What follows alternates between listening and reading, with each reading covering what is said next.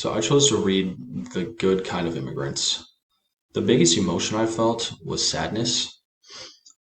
Not the dramatic movie kind of sadness, but the kind where you feel heavy inside because someone's whole life was shaped by the loss of something they don't even remember. On page 121, when she talks about not remembering the people who raised her for the first year of her life, that hit me. I have no idea what it's like to lose culture or identity, but I do know what it feels like to feel out of place or not fully understood. That part made me feel empathy because she had to learn a whole new world without getting a choice. I also felt frustration, especially around page 127 when she talks about people saying, I don't see you as Korean, like it's some sort of compliment. Uh, it reminded me how people sometimes think they're being nice, but they're really just ignoring their whole identity. What surprised me the most was the scale of everything. I had no idea Minnesota had the majority of Korean adoptees. I also didn't know anything about the orphan trains on page 125, especially the part that the majority of these kids are actually Catholic and Jewish immigrants that people didn't want in the cities. That was very shocking to me. It also surprised me how much American adoption has been tied to fixing or erasing culture instead of supporting them.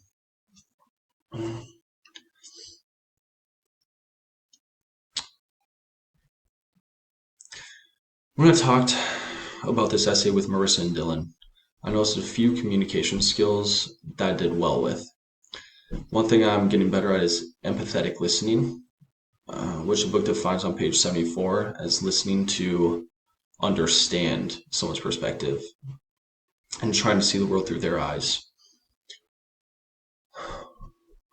When Marissa talked about times she felt judged being a smaller rugby player, I stayed quiet, let her talk, and tried to understand how that actually made her feel.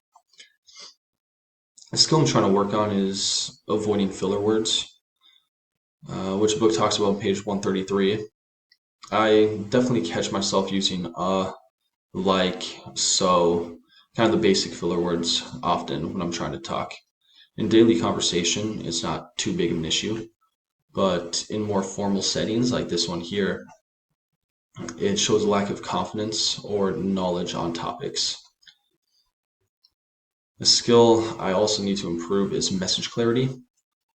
I've found on page 86, sometimes I talk in circles when my brain is jumping ahead. It's almost as if my mouth is moving faster than my brain can think. I have to learn to slow down and pick my words carefully so I don't confuse people I'm conversing with. So, Marissa told me she's been treated differently a lot because she's a girl who plays rugby. She said people assume she's too soft or too small until they actually see her play, and sometimes other women make the comments about that as well. She said it frustrates her because she always feels like she has to prove something before people actually take her seriously. I use empathetic listening here by listening to how that shaped her confidence on and off the field. And again, that just helps me in conversations better because I can actually understand where the other person's coming from. Dylan, on the other hand, told me he is judged for being the younger guy at his job. Even though he knows what he's doing, he's more than enough qualified. People think he doesn't know just from lack of experience in his, and that just comes from his age. He told me he sometimes holds back opinions at work. I use analytic listening here, again found on page 78, to ask him questions and understand the situation better before just giving a reaction. The way I could actually give better advice by doing this will help overall long term for communication for me. So For this last part, Marissa said yes, we definitely talk about diversity way more than when she was younger, but she doesn't think it automatically means people are more tolerant. She said a lot of people right now say things, but they don't actually change how they treat people.